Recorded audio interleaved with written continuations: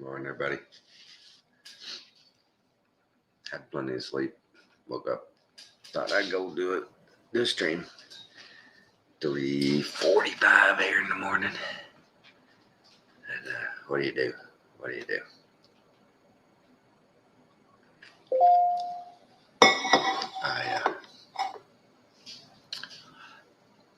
I was hoping that maybe today I'll get to talk to Ella and we'll get an update from Australia. Be nice. We'll see. It would be nice. But first, while we're waiting, let's watch a couple of videos. What do you think? I haven't seen this one yet, so we'll see what's up with that. I gotta always remember to do this. So this kind of stuff usually pretty good.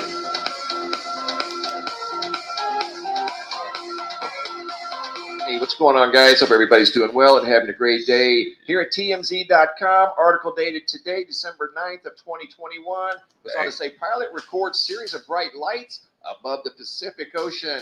And here's the video posted at TMZ.com. It was on to say a pilot was joined by more than just commercial airline flights over the Pacific Ocean during a recent trip, recording what he believes was an entire fleet of UFOs. And what I've done is taken a still image from this little video clip right here, and I've zoomed in, I've done some enhancement work, and you're going to see something is in the sky above those clouds that is not a reflection. The video, believed to have been recorded in the last few weeks, shows between 9 and sometimes up to 12 of the bright objects. You can see some light up and dim at random periods, but their pacing and speed seem to remain consistent. And according to reports, the pilot was flying at about 39,000 feet, and you can hear him say that is something flying over there as he's looking out the window and sees these objects cruising along above the clouds. What's odd is I've got another video that's similar to what the pilot saw, only the viewer was on the ground. But first, we're going to analyze these here. I took two still images from the video of these objects, whatever they are. Don't claim to know. You guys tell me what you think they are. Leave a comment down in the comment section. I did some enhanced work on two still images. There is something there in the sky, and I'll show you guys what I mean here in just a moment. These things are different in nature, and what I mean by that, their orientation is all different. They're not all like pointing in the same direction, implying they could be some sort of a weird reflection on the window of the airplane. They're not. There's something there, and I'm going to show you guys here in just a moment. These are enhanced. Obviously, this one here, light is dark and dark is light. And you can see in this image, there are 9 objects visible in that format. This format here shows us there's something physical over there. These are clouds. These are objects in the sky above the clouds. And this is out above, according to the article, above the Pacific Ocean. I'm not exactly sure where above the Pacific Ocean, but it could be a lot of places because the Pacific Ocean is quite large. Here's another still image I took from the video you just saw, and I enhanced a couple of these still images. And you can see these are brighter in these still images. Now you can see what looks like 11, maybe 12 objects in the field of view. There's one here that shows there is something physical in the sky above the clouds. There's 3 very obvious ones right there. And see what I mean by the orientation? They're not all oriented the same exact way. They're different. If they were the same exact way, then you'd know that that was some sort of a weird reflection, which they're not. There's definitely something there above the Pacific Ocean. I'm waiting on more. What if we approached Vernon? Stupid commercials.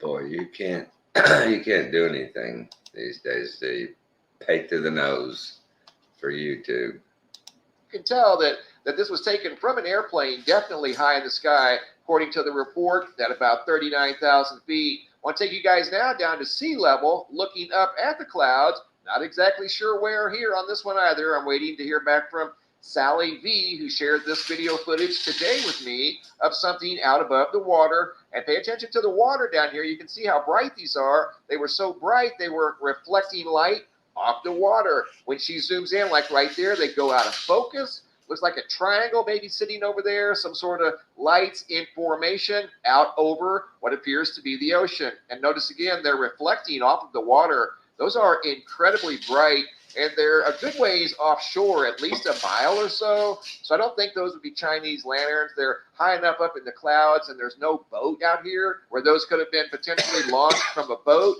That's out over the middle of a large body of water. Chinese lanterns wouldn't have lasted that long way out there. I don't think so. That's some sort of a strange object, kind of similar. I'm not exactly sure what the pilot saw from the airplane, but these do have similarities. Again, when she zooms in, like right there, they're out of focus. I don't know if those things are actually square like that. More than likely, they're round. At least they kind of give me the impression. If you look right in the middle of that out of focus area, you can see something very bright and round in the center. This shows us there's definitely something there in the sky.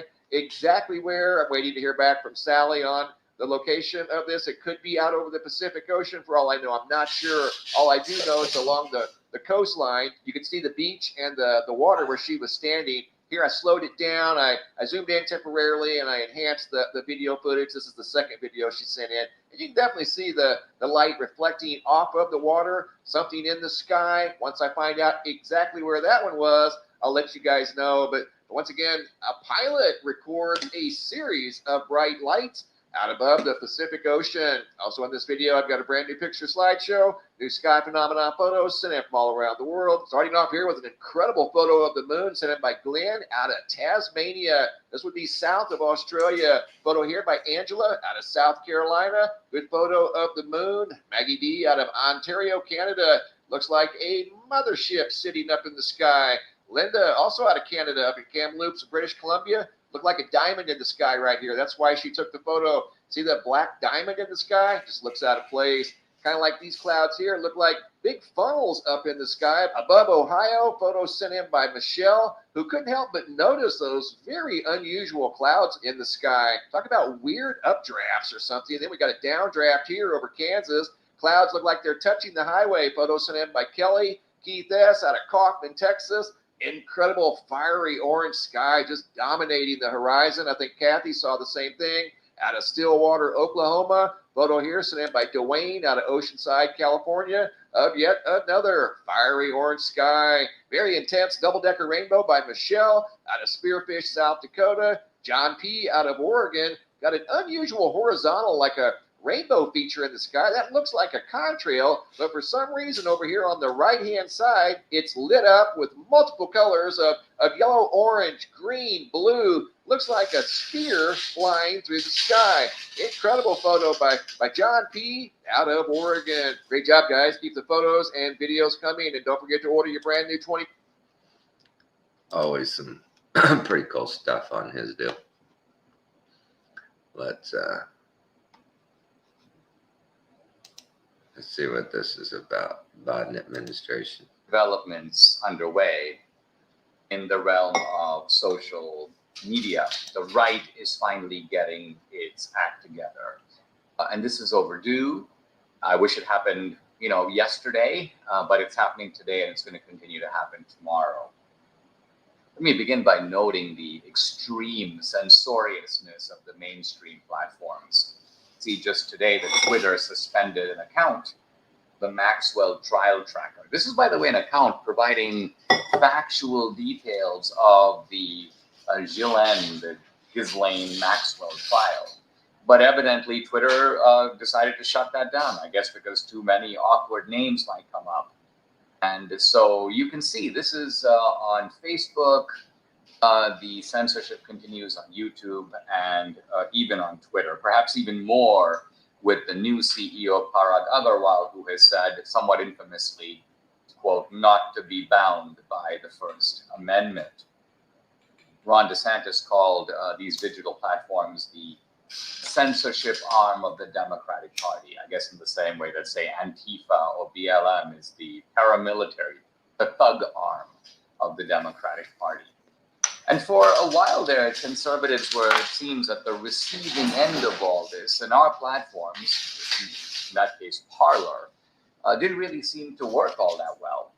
It was, in a sense, taken down in a coordinated strike. It's now back up. But the big kahuna here is going to be the Trump platform. If Trump can get this platform to work well, it's going to be a juggernaut. Devin Nunes, by the way, has just announced he's going to be stepping down soon as a congressman, become the head of the Trump platform. And Nunes is a fighter. I think it's probably going to be a very good choice. But the left is already sensing that something big is happening here. And so I see right away that Trump SPAC, the SPAC is the shell corporation that has taken the Trump platform public, is under investigation by two federal agencies, the SEC, the Securities and Exchange Commission, and the Financial Industry Regulatory Authority. It's called FINRA. Both of them have dashed off a bunch of questions to the Trump SPAC, to the Trump media group, to say, in effect, please give us a list of this and a list of that, a list of your meetings, a list of your directors, what progress have you made so far? And now this is within the law, but you can see the political targeting here. In fact, just about 3 weeks before these letters went out to the Trump platform, Elizabeth Warren demanded that a federal investigation begin into this platform. Here's Elizabeth Warren, quote, "Nobody is above the law, and there may have been serious violations of security laws during the proposed merger of Digital World Acquisition Corp, Trump's media company." So the relentless assault against Trump continues. But I should say that investors don't seem to be freaked out. The Trump media platform, which launched the SPAC value, was $10, I believe, when it first came out. It's now $43, so basically a 400% gain already, with probably a lot more to come when the platform actually launches. Now, to give a little bit of context for all this, it's important to note that conservatives do a lot of complaining about why the left dominates this and why the left dominates that. And it's rare that we do something about it. We have done something about it in two areas, and we have had fantastic results. The first area is talk radio. When Rush Limbaugh started, talk radio was not dominated by the right. But Limbaugh basically became the towering dominant figure in talk radio. And of course, a number of others, not just Limbaugh, Salem Media Corporation, which co-sponsors this podcast, has become a powerful force in radio. Dan Bongino, Mark Levin, many others. So we dominate talk radio. We don't complain about talk radio. We sort of own it. Similarly, in cable news, you had CNN, which was the pioneer. They went out front, and they appeared to have a kind of Amazon-style dominant, invincible position. NBC announced it was launching MSNBC. So you have a huge network getting behind another cable channel, and it looked like conservatives couldn't possibly compete in that kind of space. But fortunately, through the combination of Roger Ailes, the creativity of Roger Ailes, and the entrepreneurship and the money of Rupert Murdoch, we got Fox News Channel. And now you can say our side dominates cable news. Now, we don't dominate media, not by a long shot, but in the cable space, Fox News Channel has as many viewers, I believe, as CNN and MSNBC put together, with some to spare. So this shows that we can compete in the marketplace, but we haven't been competing in the digital platform marketplace, at least not at the same level. Think of how huge Facebook is and how huge YouTube is. But now, finally, our platforms are getting out the gate. The most powerful platform currently is Rumble. I believe 40+ million followers, which is downright awesome. The two biggest figures on Rumble, by the way, are Dan Bongino and me, at least at last count. And Rumble is huge. Getter is getting bigger and growing fast. Parler is back. There are other platforms which I'll mention in the next segment. So I'm delighted to say that we are not just complaining about supremacy and the evils of big tech, which we should complain about. We're also building alternatives, which I think have the potential long term to be even bigger than those mainstream platforms are now. That was pretty Because it informative. can take you back to a specific point in time. And that's, that's so true. Oh, Alan, you awake? What are you doing up? What are you doing up? But yeah, that's the way it is. we were busy raising families and building our savings accounts that they brought in the social media. They brought in all this stuff. It's theirs. They're running it, not us. Well, like most industries, when the internet first started, everybody knows, and it still happens today. Somebody start up a popular thing, and these big companies come in and pay them a couple of $1 million, and they're like, "Cha-ching, man, I made it." Well, you're just giving them all of our space in the town square, and those people didn't even realize it. Every time they sold out, they thought, "I made it, man. Here it is. I got money I will need for the rest of my life." Yet they just gave them another square foot of any kind of marketplace till you look up and all you got's left wing stuff. What do you do? What do you do? Are y'all gonna go subscribe to Trump's new platform? Are you on Rumbler? Are you on Getter? Are you on Parler? The answer for me is yes, yes, yes. I'm on them, but I don't use them yet, because this is where anything I know or see is right now. So I may do a bum rush this morning and get those other platforms going again, go in and update them, make sure I can log into the accounts. The worst time with passwords. Oh my God. I damaged my phone and I got a new one, and got it yesterday about 4:00 and started setting it up. Well, now 12 hours later, it's still updating, still uploading cloud settings. 12 hours. It's like, wow. And of course, I mean, it's a lot of stuff because I lost it and I didn't have my SIM card. So it's backing everything up. It didn't really give you an option. I remember I wanted to start my phone clean, with no memory, no nothing on it, brand new chip. But it insists on that, grabbing that stuff from the cloud. It insists. I don't get a choice. That's just that. One of those deals. And with all these new updates, I noticed something weird. Like on my iPad, got a new update on it. Now, when you go to close the multiple windows, and this is weird why they did, I think it's a PSYOP, but like each little individual windows in there, what used to be the X was on the top left-hand corner. They moved it to the right, top-hand corner. Why? I don't know. Does it mean something? But when I first started using it, I go to close all these windows, and I go, oh, crap.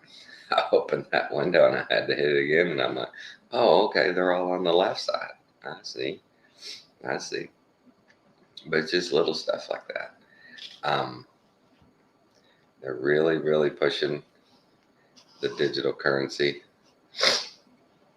I saw something here that I'd only seen at like truck stops for the longest time, but they're advertising cash and credit prices, and it was 6 cents a gallon cheaper for cash when I got gas yesterday, and it's usually see them at truck stops here that I can remember where it was for the diesel.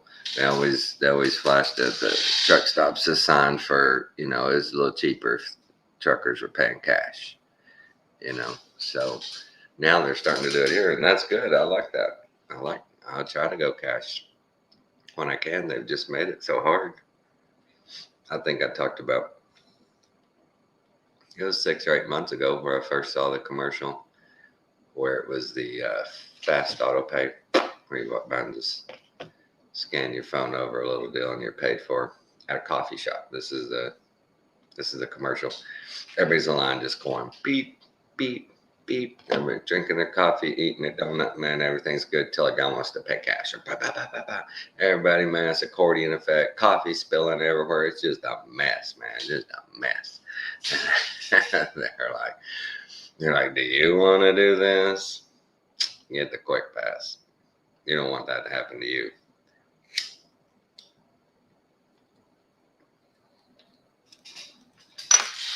Has anybody noticed the real push in advertising of the social shaming, the you don't want to be outside the norm deal? You know, get in the game, get with the crowd. This is what's, this is where you should be. You're not here. Just the whole shaming thing. I'm scratching my foot. I walked outside I didn't even walk outside 10 minutes. And I came in and my feet had little chigger bites all over them. Yeah, that's weather. I'm used to West Texas. When it turns colder, usually stays fairly cool. You may have a day where in the middle of the day it gets up 65, even 70. But further on down here, you don't get that cool off at night. So the critters keep crittering. And there's still mosquitoes flying around. There's still chiggers in the grass. And it itches, man. I don't know if you've ever been bit up by chiggers. And it ain't no fun. Oh.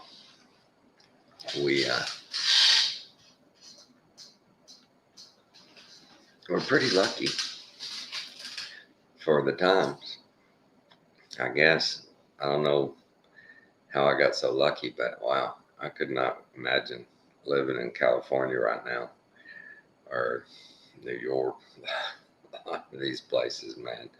Australia, New Zealand, any of these places. Wow. Just be brutal. Don't want to do it. And it's going to get tougher here.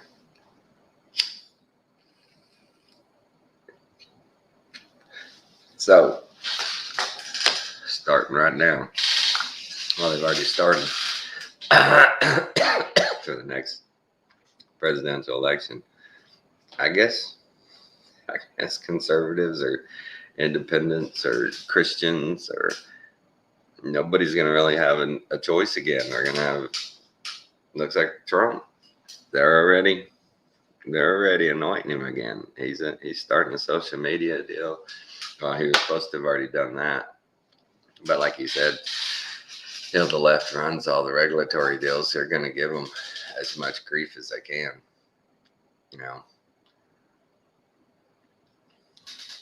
So is that going to be the way this goes down? Our only choice is Trump again, and then they'll tell us how this went down the day after the election, and we'll accept it. What are we doing here? What are we doing here? You got so many people around the U.S. going, I ain't going to do that to me. I ain't going to do that. Well, they're doing it all around you. What are you going to do? You ain't stopping it.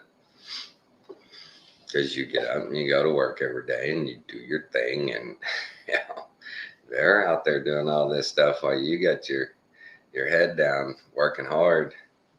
They're out there fiddling around on the edges, just tightening, turning those screws on us. It's just sad. But like I said, when I started, I'm hoping Ella's around and she'll jump on here and give us an update. Maybe she got the notification that I went live, maybe not. But what do?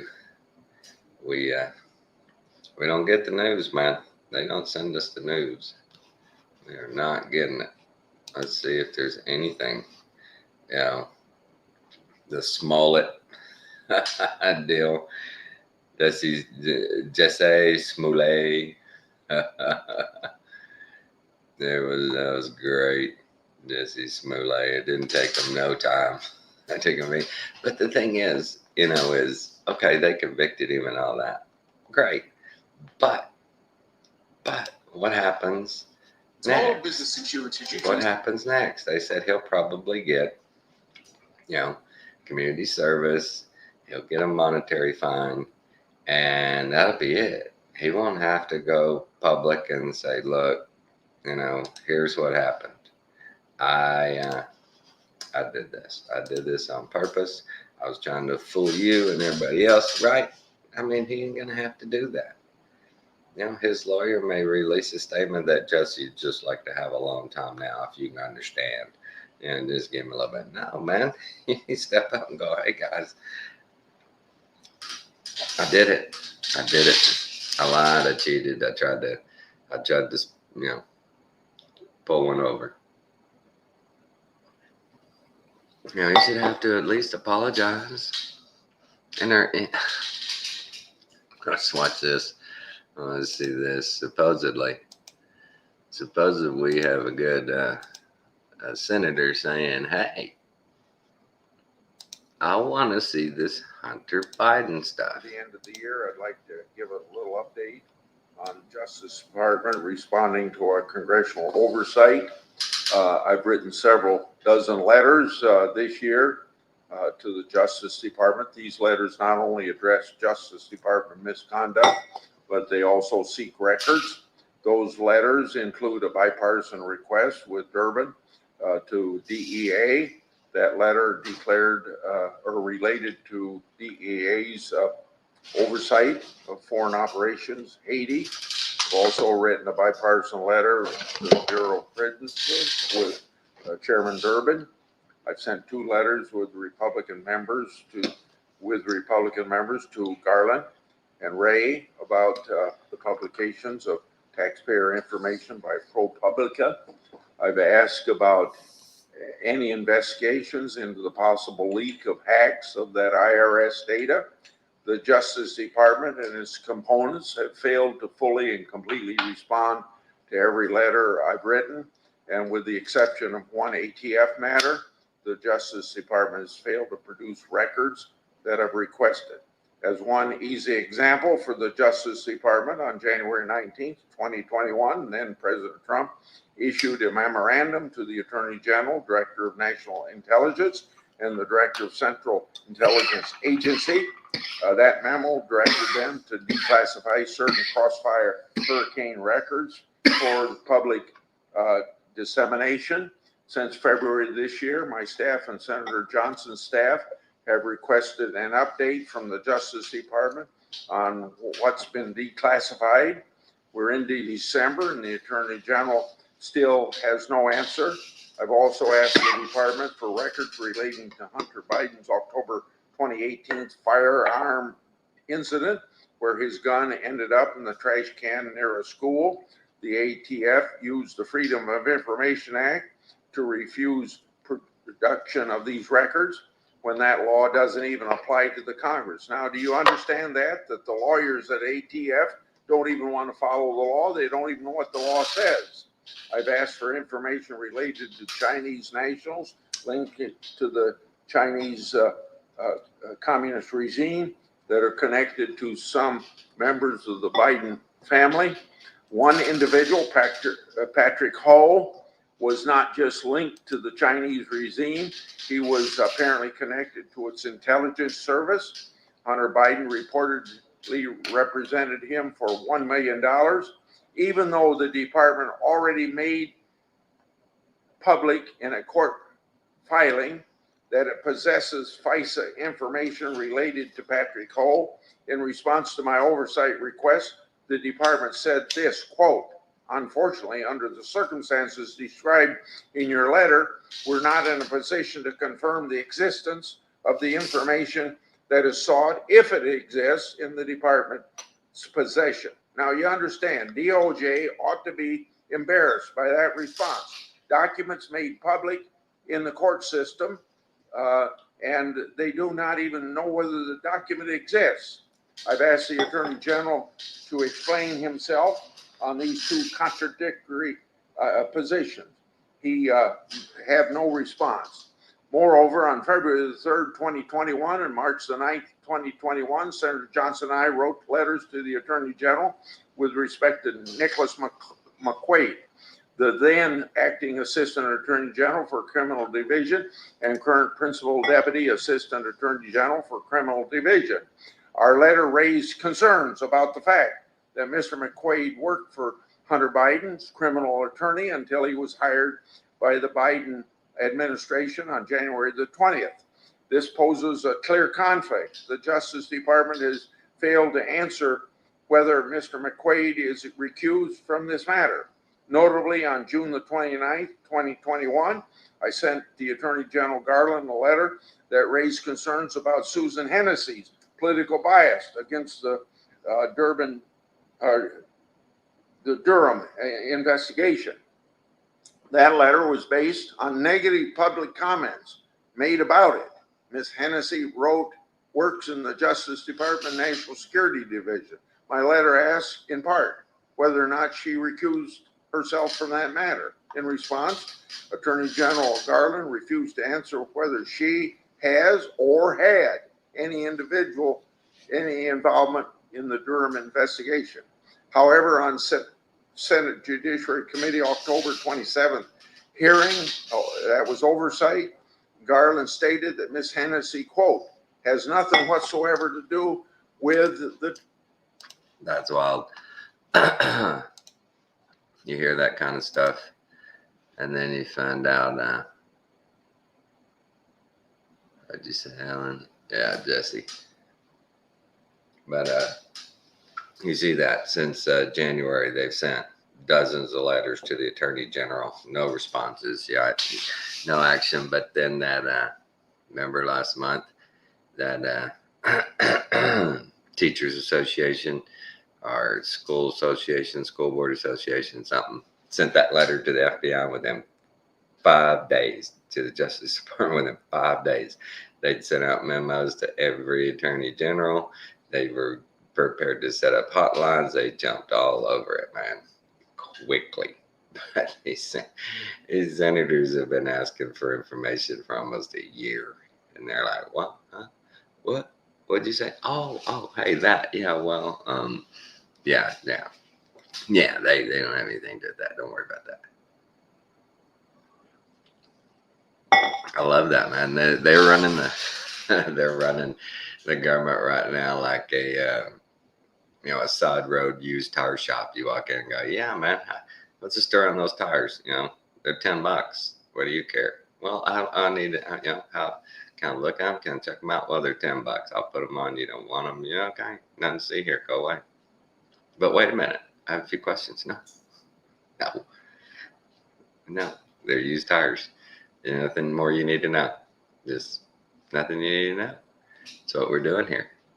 It's just, oh my God. But I don't know if I talked about it the other day, but they had done, the left pulls this guy out of academia, and this guy and his think tank do some new analysis.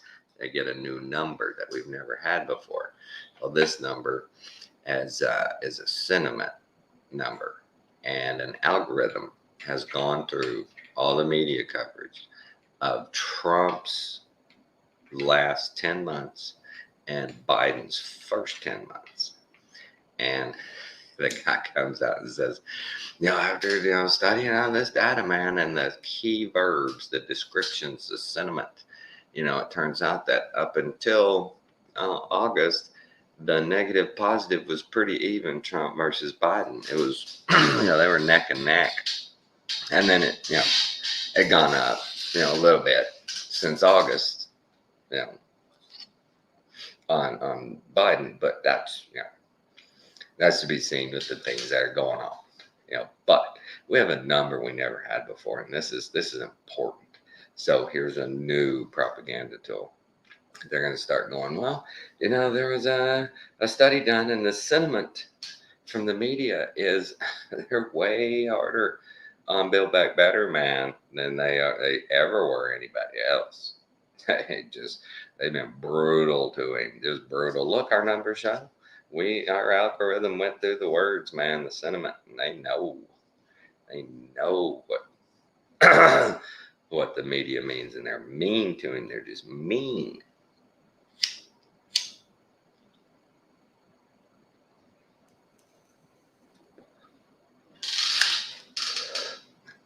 All right, there's 4 people watching. Is one of them Ella? Because I'm wanting an info update from Ella. Now going live to Australia, our reporter on the ground. The world's history was confusing. What are you seeing there, Ella? Well, Tommy, I'm here on the roof.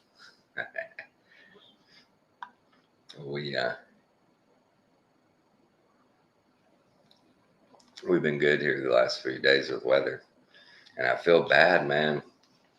I texted with those dudes I played golf with, and they were wanting to play yesterday. They said, well, we'll let you know what time we're going to play. And so my phone still updating. I can just see the amount of texts that come through. Kathy, the day it happened, I didn't tell her I was asleep when she left for work.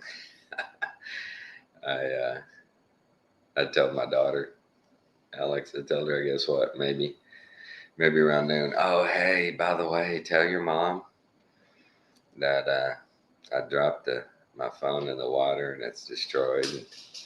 And, I'm trying to dry it out. And she was blowing up my phone. Man, I bet I got a dozen texts just from her. She does that. Do y'all watch do that to y'all? Because mine does that to me all the time. If I don't answer immediately to text or phone calls, it's like, hello, where are you? What are you doing? Answer your damn phone. What the hell's going on? It just escalates. Everybody's seen those. Yeah, I've had those sequence of text, right? Now do a poll. Anybody watching? Do you answer texts right back? Do you answer phone calls, or do you screen and go, yeah, I'll call them later? What do you do? I'm right away, man. I answer texts, I answer phone calls. I just do. I can't help myself. I will be right there. And it's not like I'm sitting on my phone. I just, it's sitting there and I see it pop up. Oh, okay. I'll answer you back. I won't go, yeah. I have friends, man. I'll text them, hey, holler at me. And talk to you. 2 days later, hey, what's up? Nothing now.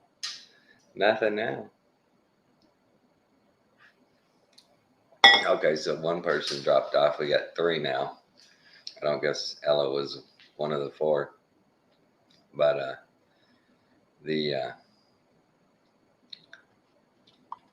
content for today, I was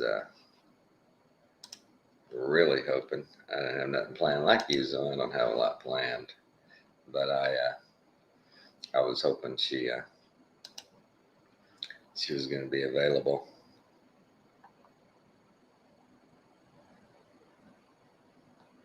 Okay, I wanted to see this. Let's check this out. I need this information. You ready to bake? Click This information will be helpful in the future. We'll go to our favorite fat bald guy. free order pick.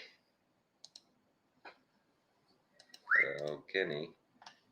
And he's talking about cameras.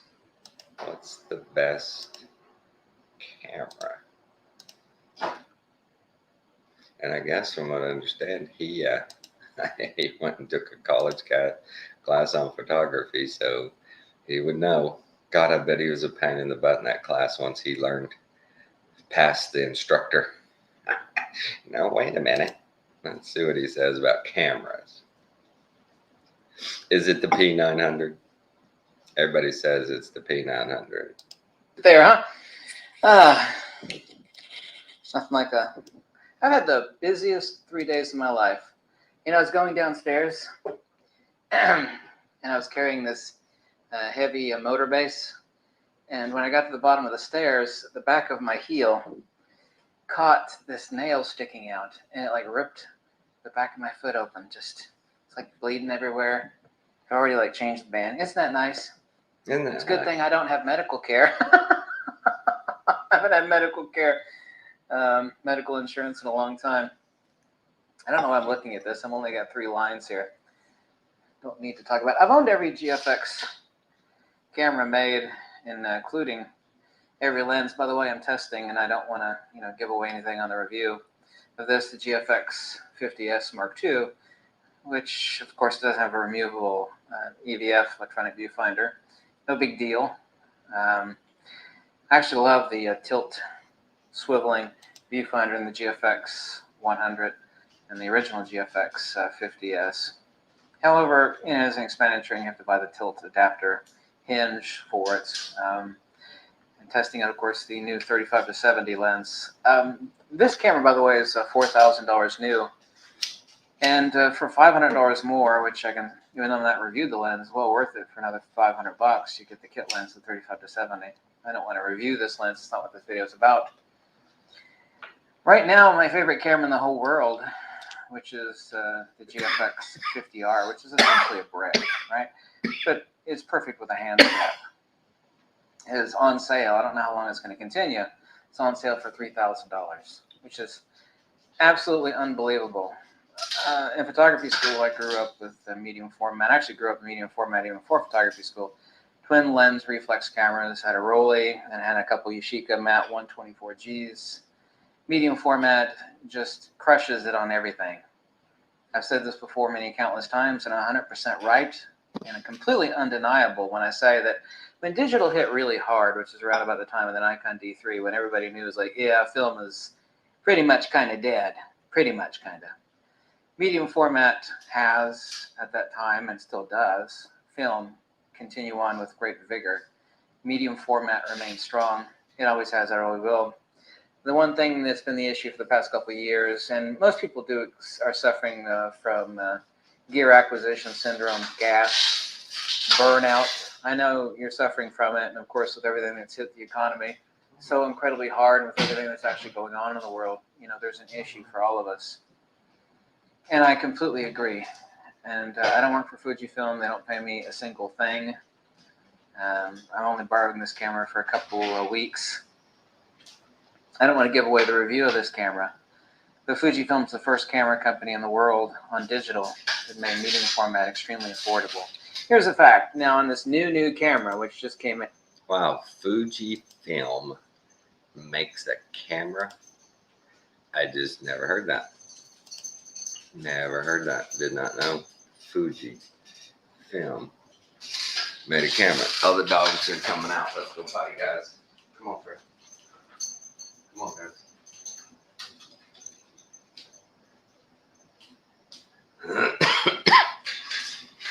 Oh yeah, you can get them out. Get them outside. Why are they so expensive, right? Now they'll tell you it's the computer board, the motherboard in those things. It's all about that. The hardware used to be all about the lenses and the apertures. I'm sure it still is, but that control board does all that now. Controlling it. Where you used to have to set it just right. Like my camera, it has that intelligent mode, and it probably, I guess, takes its best pictures when it's darkest, because it adjusts for the low light and does a really good job. The darker it is. But I've been thinking about getting a new camera. I don't know. Ella, the call is still out. Where are you at? The link is in the chat. There's a bug keeps landing on my camera lens. You see that? I have the back door open. Did everybody go outside? Everybody go outside. Come here, think about it. Come on, think about it. Come on. Come on.